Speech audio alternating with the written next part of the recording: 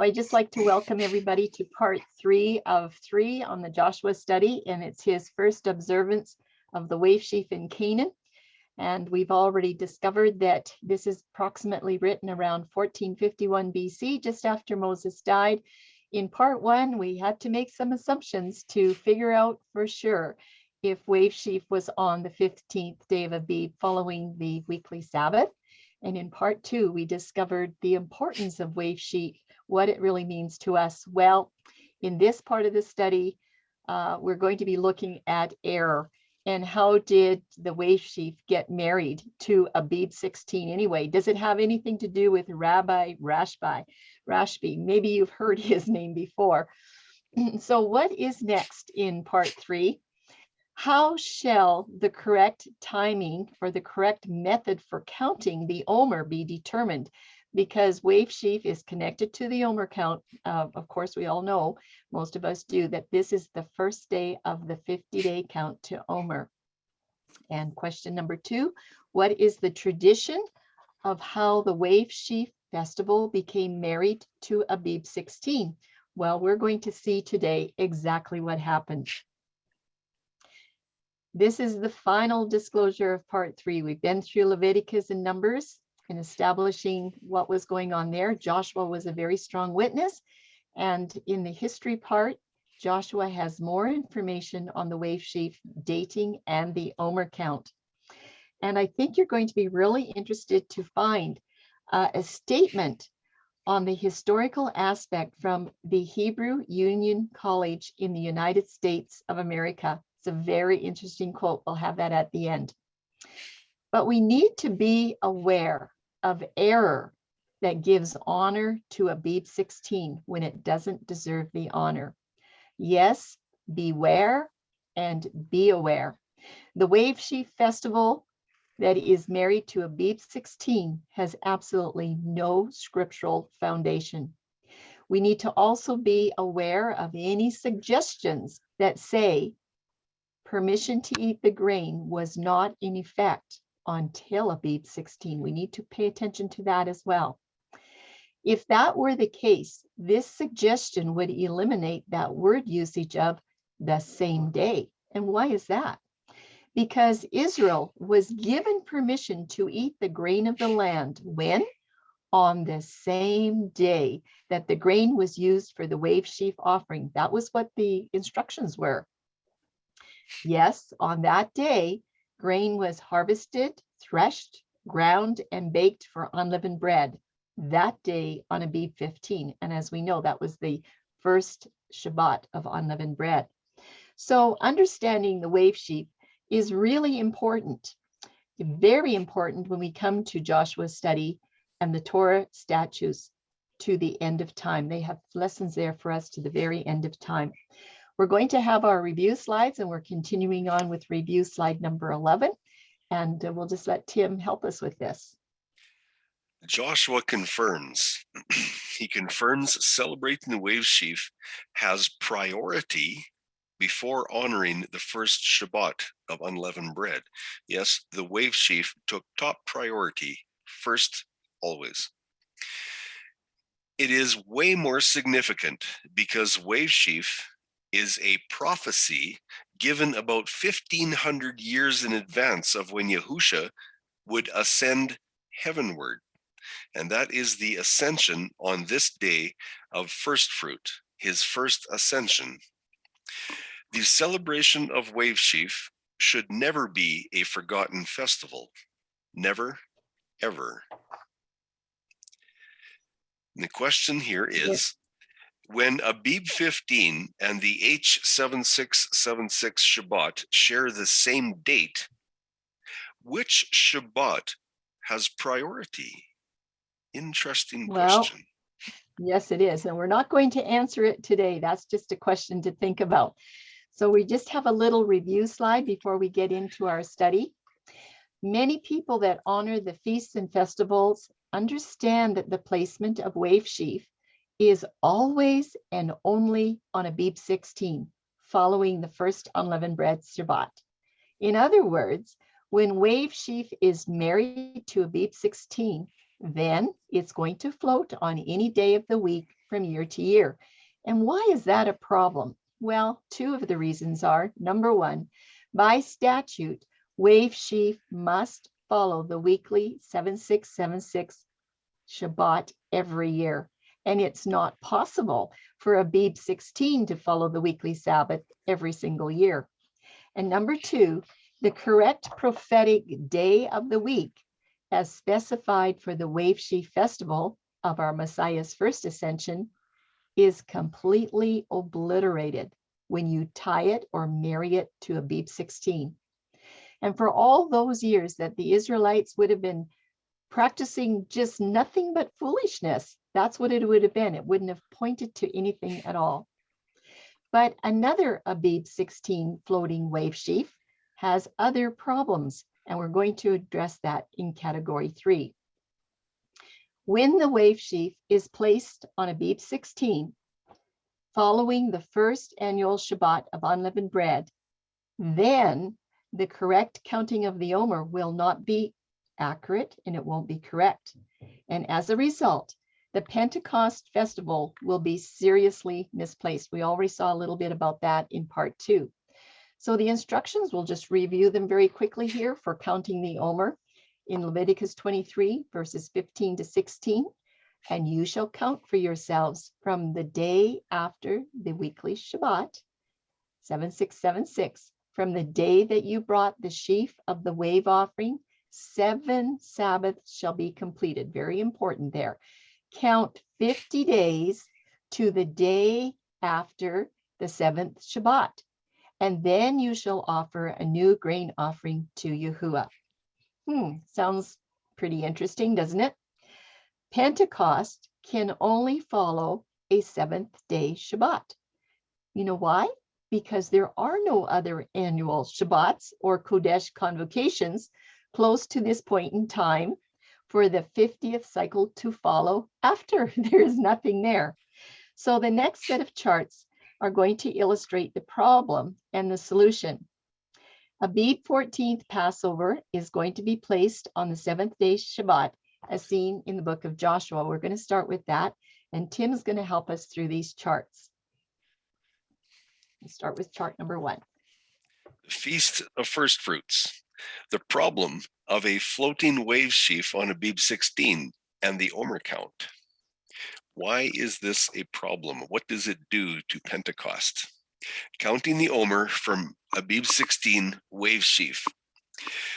So you look on the right, we see in the red box, we have a 14th, that's the Passover on the Shabbat. Then we have in the green box on the 16th, we have wave sheaf. So let's start counting. You see that number 1 below there, and you count 1, 2, 3, 4, 5, 6. Is that a completed week?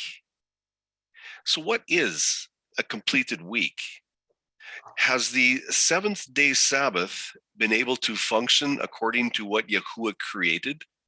The 7th-day Sabbath is designed to seal off 6 working days. The 7th-day Sabbath can only give a proper rest if there has been 6 working days before it. So I ask you, on this count, do you count 6 working days before the Shabbat? No, there's only 5 working days before the Shabbat. Is that a completed Sabbath? No, failure, number 1. But on the next one, we have 7 to 13. There's your first count of a completed week. So we'll go with that for now.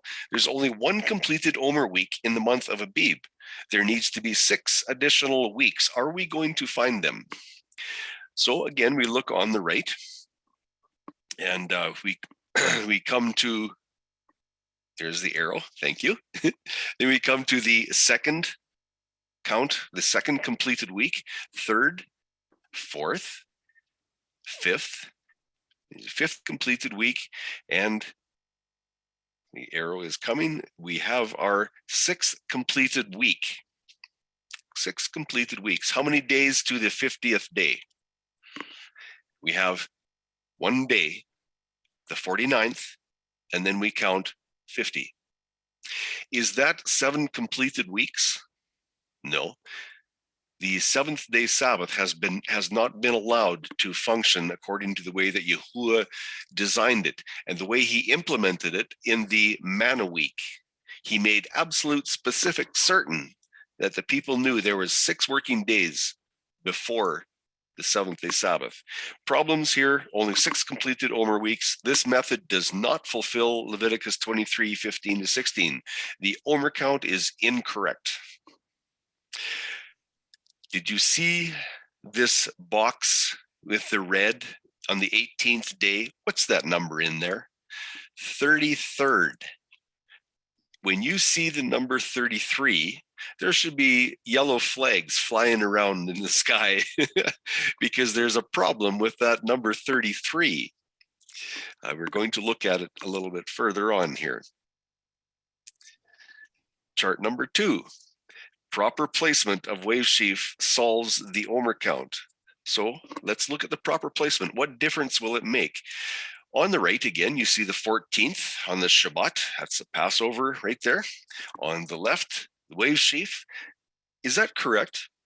That's the first day after the seventh-day Sabbath. Isn't that what the scripture says? Well, your first count provides a first completed week.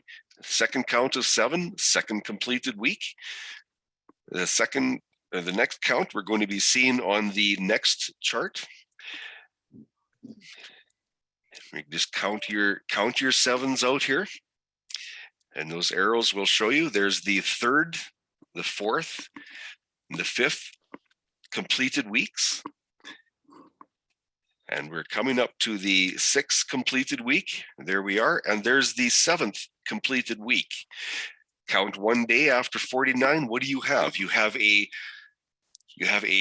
Shavuot on the 50th day, the first day after the 7th day Sabbath. Isn't that exactly what the scripture declares it's supposed to be? And we also have 7 perfect completed Omer weeks. So we see the problem with a floating wave sheaf.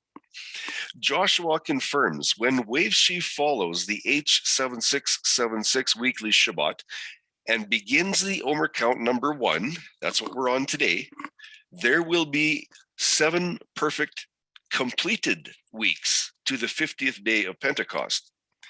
Does Pentecost have anything to do with H7676? Anything? Oh, we've been talking a lot about that. H7676 is belonging to the weekly Shabbat. And maybe some of us remember what all those numbers were. Well, we're going to go back to this very interesting and important note. When we have our Passover on the weekly Shabbat, like it was in Joshua, okay, it's a 7676 weekly Sabbath. And we have our Wave Sheaf following right after that on the first cycle of the week. That means that we've got a Wave Sheaf following a weekly 7676 Passover. This is the way it was in Joshua's chapter 5. But is there anything to say that Pentecost is going to have the same pattern? You know, many feast camps place the Wave Sheaf following the Unleavened Bread Sabbath on Abib 16. That would be the day after, right here on the Monday. They do that every year. The Torah instructions and Joshua's testimony show that the Wave Sheaf follows the weekly Shabbat within the Passover festival, not the Unleavened Bread Sabbath.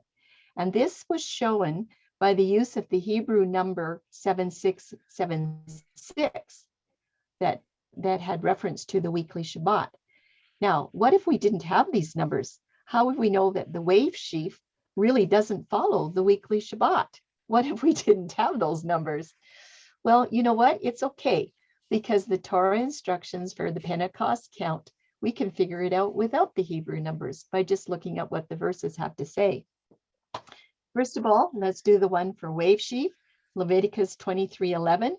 And he shall wave the sheaf before Yahuwah for your acceptance. On the morrow after the Shabbat, the priest waves it. So here's a note, the Wave Sheaf, it could be understood to follow the Unleavened Bread Feast Sabbath if there were no Hebrew numbers to designate that this was a weekly Sabbath. If you just read Leviticus 23:11 alone, you could say, well, you know what? It could be unleavened bread Sabbath, or it could be the weekly Sabbath, because it doesn't really tell you. But what we need to do is look at the account for Pentecost. It comes in Leviticus 23, verses 15 and 16. Here we go. And ye shall count unto you from the morrow after the Sabbath, from the day that you brought the wave sheaf of the wave offering, 7 Sabbaths shall be complete. The word complete is priority here. You have to have 7 completed weeks. Number 16 verse, even unto the morrow after the 7th Sabbath shall you number 50 days, and you shall offer a new meat offering unto Yahuwah. So I'd just like you to note that there's a question here as well. Can this Pentecost Shabbat be understood to follow a feast Sabbath if there were no Hebrew numbers to designate a weekly Sabbath in verse 16? The answer is no. The reason is there are no feast Sabbaths in the 3rd month that the Pentecost could follow. When the Omer count begins with an Abib 16 Wave Sheaf date, Pentecost will not follow the weekly Sabbath as Leviticus 23:16 designates. Let's take a look at this. In about 6 out of 7 years, it is impossible for a Pentecost count from Abib 16 to follow the weekly Sabbath. It will occasionally, but it certainly will not do it every single year. I just want you to keep your eyes on that Omer count number 18 and day 33, and just watch what's going to happen with that. We're going to go back to this very important note. The wave sheaf instructions from the Torah are in Leviticus 23:11, where it says, you shall wave the sheaf before Yahuwah for your acceptance on the morrow after the weekly Shabbat. And the Pentecost Torah instructions are in Leviticus 23:16, even unto the morrow after the 7th Sabbath, ye shall number the 50 days. It is a weekly Shabbat. So what did we find? We had our 3rd completed week and our 4th, 5th, 6th, and 7th. And that brought us then the next day to the 50th day of Shavuot or Pentecost. And that is on the same day of the week as the wave sheaf was. So we have a perfect 7 completed weeks. Both the wave sheaf and the Pentecost must follow the H7676 weekly Sabbath every single year.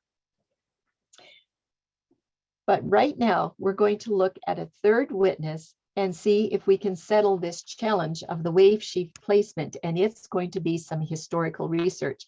This is actually one of my favorite parts, because sometimes it's good to look at history and see what's going on there.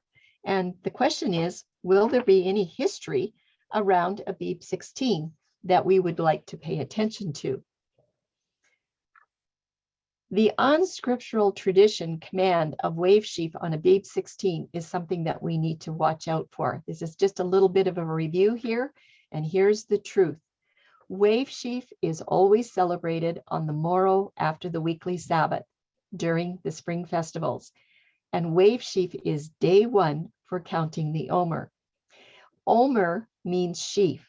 The command for counting the Omer, that originates in Leviticus 23:15. It's a mitzvah or a commandment. It's a mitzvah to count the Omer for the 7 complete weeks between wave sheaf and Pentecost. But here's the tradition that I was taught, and many people still believe, that the Wave Sheaf Festival is always fixed to Abib 16. It's married to that date, and you can't get away from it. And that happens to make it into a floating wave sheaf, or a floating first fruits festival. And also another tradition is counting the Omer according to what the Jews say. Now, this is the brand new part of this teaching on Joshua. So yes, Jewish tradition is going to lead the way. Tim's going to help us out with that. With his mic on. Yes. Jewish tradition leads the way, and indeed that's what we hear all the time. The Jewish Omer count from Wave Sheaf to Pentecost always begins on the third day of the Passover Spring Festival. Wave Sheaf always follows the first Shabbat of Unleavened Bread, with celebrations on Abib 16. There are also a series of restrictions that arise during the period of the counting of the Omer up until Lag BaOmer, which translates as the 33rd, there's that number, 33rd day in the count of the Omer. The tradition is, now look at this tradition, okay? To mourn the first 33 days until the 34th day in the morning. For the Jews, a large portion of the 7-week counting period is considered a mourning period that ends with Lag BaOmer. And you're supposed to mourn. I don't see that in the scriptures. What is Lag BaOmer? Lag BaOmer is a minor Jewish holiday that falls between the festivals of Passover and Pentecost. In Jewish tradition, let me say that again. In Jewish tradition, that means we don't find it in the scripture. The 33rd, there's that number, the 33rd day of the Omer count is regarded as a holiday that commemorates what? It commemorates the death of Rashbi, Rabbi Shimon. The Lag BaOmer, the Hebrew letters may be used to express numbers. Lag is a combination of two Hebrew letters, Lamed and Gimel. The word Lag is an acronym for 33, derived from Lamed, which is 30, and Gimel, which is 3. The phrase Lag BaOmer indicates the 33rd day of the Omer count. This day is always celebrated on the 18th day of the second month on the Jewish calendar. What does the 18th day have to do with it? We should be asking ourselves. Who is Rabbi Shimon bar Yochai? Rashbi is in short. Rabbi Shimon bar Yochai lived from 80 to 160 AD. A disciple of Rabbi Akiva who lived from 50 to 135 AD. And he is the author of the Zohar, the most famous book of the Kabbalah. I hope these titles mean something to you. If they don't, they need to. Many Jews have witnessed miracles of all kinds after praying at his holy, quote unquote, gravesite. On the day of Rashbi's death, he revealed the mystical, and I emphasize that, the mystical dimension of the Torah known as the Kabbalah, a form of Jewish mysticism. Myself, I did not know that the Torah has anything mystical about it. However, this is the information that we are given.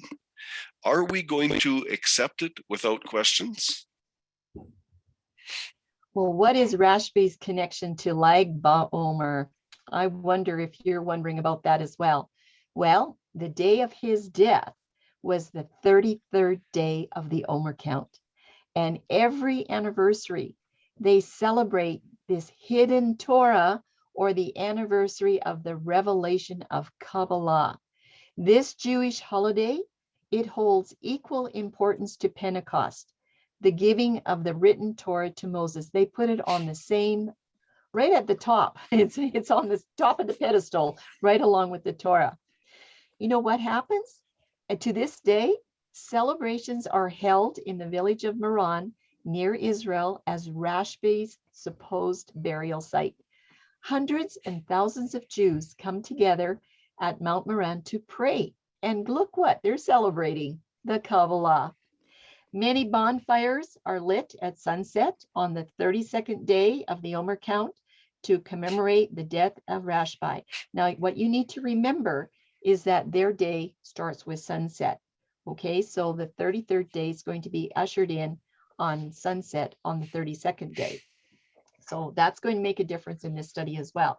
By the way, I should mention that the Joshua study and all of the counting that we have done, it doesn't work with a sunset day. It only works on a dawn day, okay? So Rashbi's connection to year 2015, I just took the examples from 2015 when we actually broke open this study, but you could do this probably every single year and find even more information. We're going to investigate this connection of Lag BaOmer, or the Omer count number 33, in comparison to what was happening in 2015. And we want to note what happened worldwide as well as in Israel during the year 2015. How did the Jewish Lag BaOmer lay out on some popular 2015 lunar festal calendars? And will this solve some of the problems for the counterfeit count of Torah's Wave Sheaf? Remember, we looked at some counterfeit calendars and all the problems that entered there. Well, all you have to do is go to the internet and you can just punch in Lag BaOmer. And these are some posters that I found for 2015. They're all over the place. You'll just find posters everywhere from all over the world. This first one here on the left is from Los Angeles. And you can see all the advertising, and they're advertising bonfires and all kinds of things. And they were saying Wednesday, okay, the 17th of that month, May 6th at 8 p.m. So just remember, the sunset has got something to do with this timing. This other one here is at Edgeware United, Parnell closed. Don't know exactly where that is, but another great big poster. You can see all the people that are making a big fuss to come out and celebrate the death of this rabbi. In fact, it is a huge Jewish celebration. I would have thought that Wave Sheaf would have been such a wonderful celebration. Why would you celebrate the death of a rabbi 33 days later? And not only that, you have to mourn all those 33 days. Well, the internet is emphatic about this festival day on the Jewish calendar. It's absolutely amazing how much coverage you'll find on the internet that I found anyway for that year in May the 7th of 2015, which happened to be the 33rd day of the Omer count. And every year, this celebration is attended with much fanfare for Rashbi. He's considered the great mystic sage on the anniversary of his death. But you know what? There is so much more. Like I said, it's very popular. On the left side, you can see another big poster from New York City calling people in to come and celebrate. Now, this poster on the right is also very interesting. If you happen to notice, they are already advertising here in December, in San Diego, California. They're already advertising and getting ready for it. And I do believe that at the very bottom here, I know that you can't read it, but I just have it typed out there at the bottom. This is what it says. This particular poster is advertising Kabbalah for the masses, okay? Not just for the Jewish people, but look what it says. It's excellence in the study and teaching of Kabbalah and Jewish spirituality. Oh my goodness. Does it just make you want to figure out what's going on over there? Well, we want to figure out, really, how did Rashbi's death get connected to Wave Sheaf? Now, I haven't checked this out. I need to do this one day, but this is what I'm assuming. In the year that Rashbi died, the Jews could have been celebrating Wave Sheaf on the first day of the week, according to the instructions of Leviticus 23, because there is some historical evidence about that, but we would have to go back and check it out, which hasn't been done yet. Maybe you can do that. But it could have been, everybody, that they actually did have Wave Sheaf on the first day of the week. That actually could have been the case. In that time, then that would have meant that the 33rd day of the Omer count would actually be the 18th day of the second month, but for that year only. Remember, Rashbi died on the 33rd day of the Omer count. And that just seems to be a very interesting mystical number. For nearly 1860 years, Rashbi had been honored as a saint on every 33rd day of the Omer count. This day always links back to Abib 16 as Wave Sheaf, even if it is not the true Wave Sheaf. Now, remember we said that from Joshua's time up to Yahusha, it was around 1500 years. This Rashbi's got over 1800 years of recognition already. Well, it absolutely was his death that changed the correct timing of the Wave Sheaf. And this is exactly how Wave Sheaf became permanently tied or married to the Abib 16 date.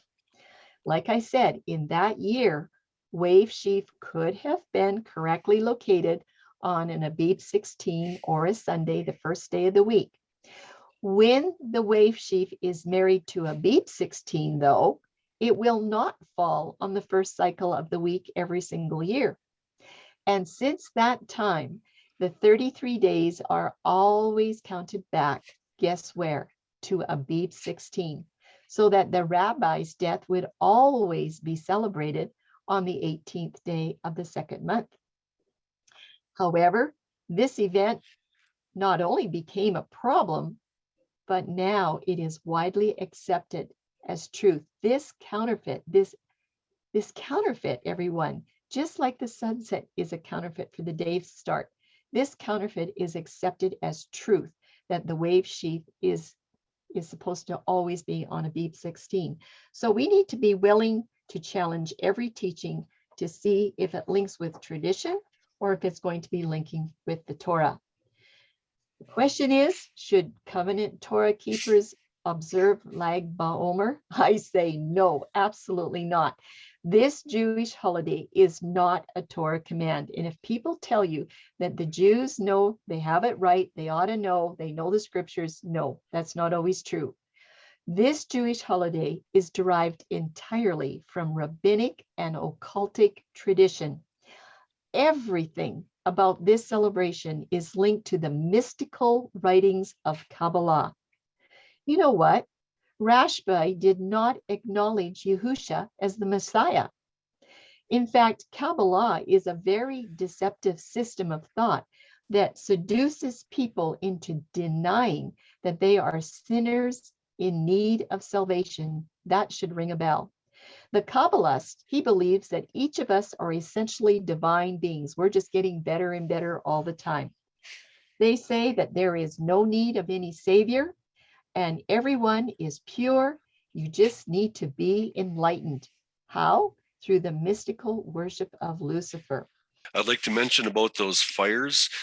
We just read, or you just read there, it has an occultic connection. Look at those fires. Why is a fire so prominent? Why is it called a bonfire? It is a bone fire, and there's a reason for it. It goes back to your ancestors type worship. So it has a direct occultic connection. It is clear that traditional Wave Sheaf linked to only Abib 16 has strong ties to Kabbalistic ways, including mysticism and all associated links to the Jesuits and secret societies. So a good question here. Why are so many so-called Torah feast keepers honoring Abib 16 when this date is widely connected to such mysticism or occult? Why do these people not worry about Abib 16? Do they not know? Have they not questioned? My people die for a lack of knowledge. Isn't that what's in the scriptures? Should not we be questioning more things? We do need to question things. Lag BaOmer definitely counterfeits the true meaning of Wave Sheaf. It also diverts your worship to somebody who is not of the heavenly realm. When Hasatan said in Isaiah 14:13 that he was going to control the feasts, he was going to sit above the throne of Yah, this is one of the ways that he has achieved that. And we need to reveal it and expose it. Yahusha did not ascend to heaven on any day of the week, except for the first cycle, and that is the first cycle of the week. Should honest Torah keepers sever their connection to a yearly Abib 16 wave sheaf? Emphatically, yes, absolutely, without question. Yes. Does that mean that the Wave Sheaf Festival is never, ever on Abib 16? We've already talked about this, and the answer is no. There is no rule that Wave Sheaf can never occur on Abib 16. We already found out that if Passover is on a Friday, Abib 14, then Abib 15 is going to be on the weekly seventh-day Sabbath, and that is called the Unleavened Bread Sabbath. So we'll have the high Sabbath on a weekly Sabbath. And it just stands to follow that Abib 16 will celebrate Wave Sheaf when that happens in those kinds of years, that kind of dating on the calendar. Many feast keepers and many ministries have Wave Sheaf married to Abib 16. You know what? It behooves us to wonder how they missed the clear instructions from the Torah. And what has the result been? Wave Sheaf on Abib 16, it will become a floating date on the calendar, and it demands that Pentecost is also going to be allocated to a floating date. And on the next slide, we're going to examine a calendar from a Christian feast ministry with their Wave Sheaf First Fruits Festival married to Abib 16. So I actually know this ministry quite well. I've been there at their camp several times and have visited. Very large camp, very nice group of people. But this is from their 2015 calendar. And the question is, how will the following Christian feast calendar compare to the traditional Jewish calendar for 2015? So what you'll see here is that they had Passover on a Shabbat, okay, just like Joshua did. And then unleavened bread would be the 15th, follows right there. And you can see here, they've got the 6th of April marked as first fruits. Day 1 starts at sunset on what day? April 5. So sunset on unleavened bread is when it begins the count for this. So you're going to have your count here, all right?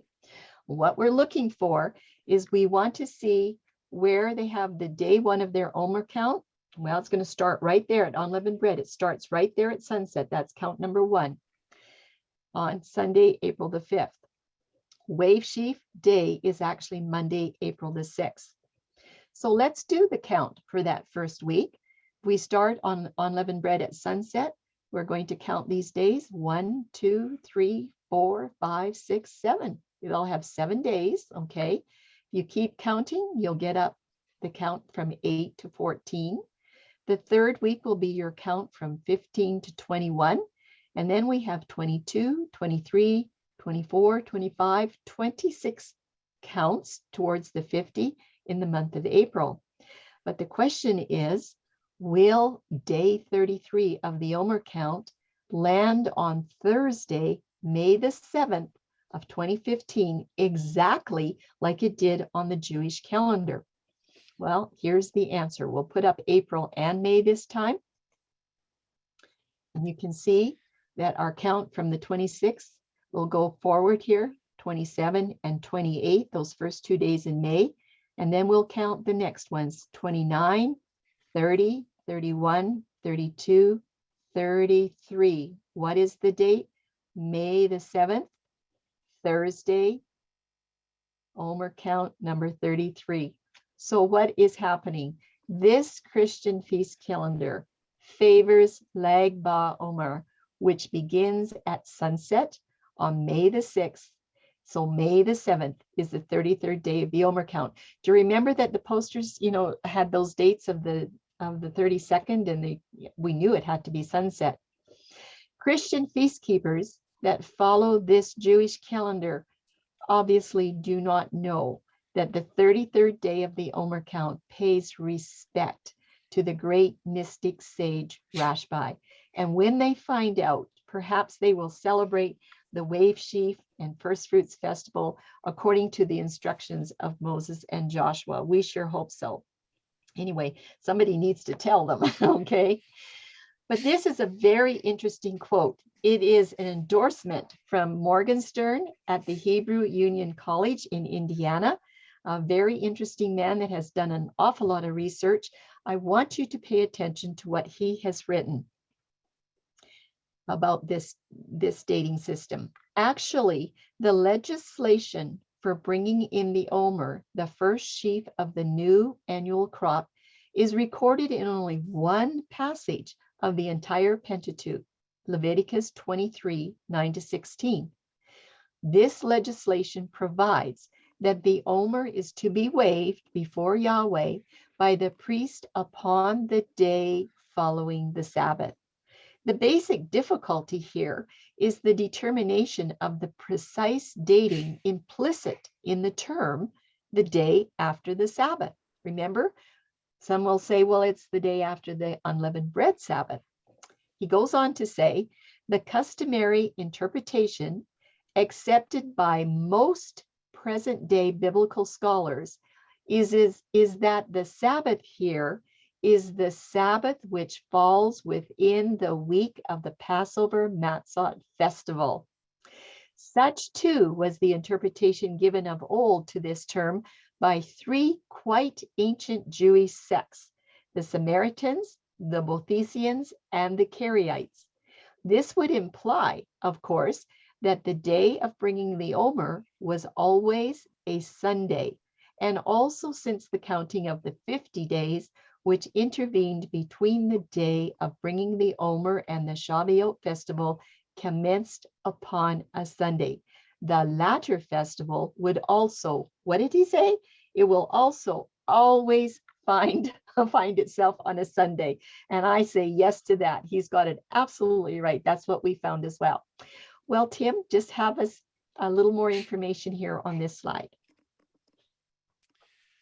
Hebrew Union College, originally founded in 1875. That was when Morgenstern was helping them out, and he supplied a lot of information to the Jewish Encyclopedia. His documentation in his books is absolutely astounding.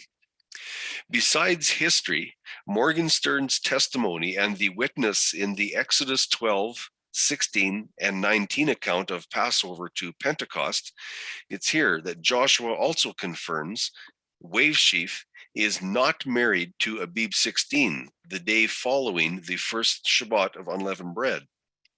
Wave Sheaf is always placed within the Passover festival, and that is directly contrary to Enoch's teaching. Enoch cannot find alignment with the scripture in this area. Here's some counsel from the Apostle Paul. Ephesians 5, 8-13. For you were once darkness, but now you are light in Yahuwah. Walk as children of light, for the fruit of the Spirit is in all goodness, righteousness, and truth, finding out what is acceptable to Yahuwah. And listen to this verse. And have no fellowship with the unfruitful works of darkness, but rather expose them. For it is shameful even to speak of those things which are done by them in secret. But all things that are exposed are made manifest by the light. For whatever makes manifest is light. Pretty strong quote from Paul, isn't it? Yes. It is very possible many do not understand it is complete darkness to consistently celebrate Wave Sheaf on Abib 16. Leviticus 23, along with Joshua, Exodus, and the gospel account, expose the unfruitful works of darkness. Once the evidence is brought forth, everyone must make their choice. If that choice is not made, by not making it, the choice is made. Comparing the evidence. So we're going to be looking at Wave Sheaf by tradition.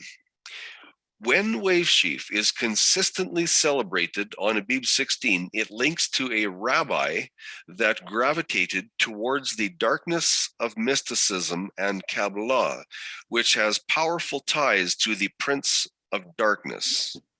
Not just powerful ties, but direct ties. Wave Sheaf by Scripture. When Wave Sheaf is celebrated on the morrow after the weekly Shabbat, it links to our Messiah when he presented himself as the leading first fruit after his resurrection. Wave Sheaf links to that ascension event, that is the first ascension event, and it is a powerful victory for his children. This is extremely significant and important because it is one of the most basic events known to man, providing the foundational, and that is the etzem, or the bone structure of the plan of salvation. So Wave Sheaf Festival choices.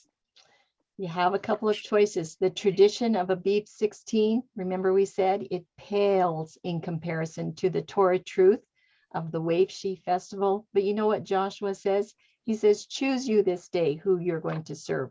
You have a choice to make. Do you want to celebrate Wave Sheaf following the weekly Shabbat, honoring Yahushua's ascension and victory for us? Or do you want to follow the Wave Sheaf that places itself after the Unleavened Bread Shabbat on Abib 16 that's going to honor Rashbi and the Kabbalah and all the mysticism that goes with it? Those are the two choices to make. I like this verse in 1 Corinthians 14, 33 and 40, just part of it. For Yahuwah is not the author of confusion. And he says to us, let all things be done decently. Can we close the mic, please? 1 Corinthians 14, 33 and 40 says, for Yahuwah is not the author of confusion. He says, let all things be done decently and in order. And you know, when you look at a snowflake, any snowflake that you want to look at, they're always perfect, aren't they? They're always perfectly in order. And that's what he wants for all of the celebrations for his festivals. So we just hope that Yahuwah will bless you abundantly in your search for divine truth as you seek out what is the truth about Wave Sheaf. That's all for our Joshua study on the Wave Sheaf. If you have any questions or comments on the placement of Wave Sheaf, even after the 3 presentations, you're welcome to email us at questions@studythecalendar.com. We thank you for being with us today, and shalom.